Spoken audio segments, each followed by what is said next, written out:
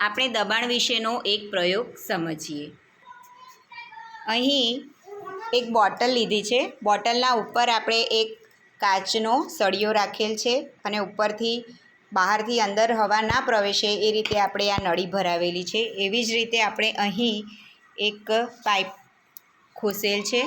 અહીંયા પણ આપણે એ રીતે રચના ગોઠવેલ છે કે બહારથી હવા અંદર જઈ શકે નહીં. હવે અહીંયા અંદરની તરફ આપણે જોઈએ તો આ એક કાચના સળિયો જે છે એનો એક છેડો જે છે એ સ્ટ્રોના છેડાથી સહેજ નીચેની તરફ હોય એ રીતે આપણે ગોઠવેલો છે. હવે આ પરિસ્થિતિમાં શું થાય છે કે બોટલની અંદર આ જે ખાલી ભાગ છે એમાં હવા રહેલી છે. એ હવા દબાણ કરે છે અને અંદર બોટલની અંદર જે પાણી છે એ પણ દબાણ કરે છે. હવે આ દબાણ અંદરની તરફ રહેલું છે, જ્યારે બહાર આપણે વાતાવરણનું દબાણ જે છે એ અંદર હવા પ્રવેશી શકવાના ન કારણે વાતાવરણનું દબાણ બોટલની અંદર અસર કરતું નથી.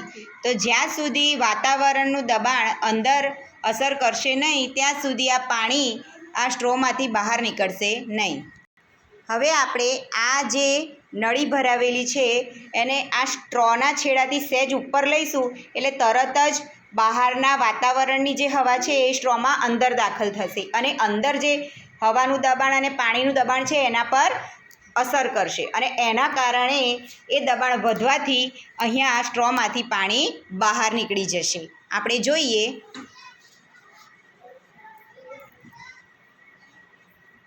આપણે જોઈ શકીએ છીએ કે જેવી સ્ટ્રો ઉપર ખેંચી આ નળી જેવી ઉપર લીધી આ સ્ટ્રોના છેડાથી તરત જ પાણી નીકળવાનું શરૂ થઈ ગયેલ છે. ફરીથી આ નળીના છેડાને આપણે અંદર ખોસી દઈએ છીએ તો ફરીથી બહારની હવા અસર ન કરવાના કારણે આ નળીમાંથી પાણી નીકળતું બંધ થઈ ગયું છે. ફરીથી જોઈએ આ નળીનો જે છેડો છે એ સ્ટ્રોના છેડાથી આપણે સહેજ નીચેની તરફ રાખેલ છે. હવે ફરીથી આ છેડાને આપણે ઉપરની તરફ લઈશું.